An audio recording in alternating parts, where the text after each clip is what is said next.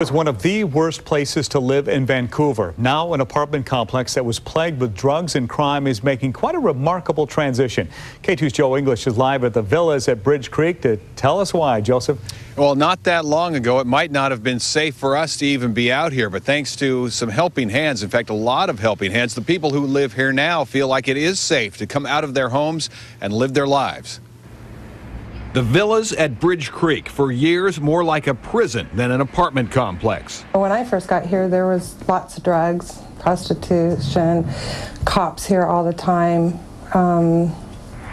You couldn't walk down the sidewalk without finding condoms, and you very seldom seen kids outside playing. But now you do. Apartment manager Deborah Dackler says it took a lot of hard work. City Harvest Church coming in and doing the things that they did with our children. Things like this. Tea, Kleenex. Health kits passed out by City Harvest volunteers. There's so many children down there that are suffering from colds and they just don't have these basic things in their house. But it's not just things they bring, they offer their friendship and they show up a lot. It's more about the relationship with these people so that we can try and make life changes as opposed to just a one-time change. And the change is happening. Danielle Aguilar works here as assistant manager and she's lived here for 5 years. She remembers what it was like. My kids were not allowed outside, literally for the first, I'd say 2 to 3 years. And only sees it getting better.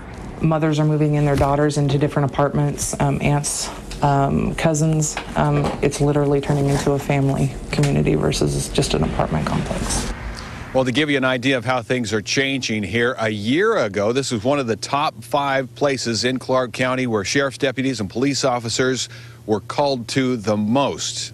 They're not even on the list now. Things aren't perfect, but they are getting better. In Vancouver, Joe English, KATU News. You'd like to see that kind of turnaround, Joe.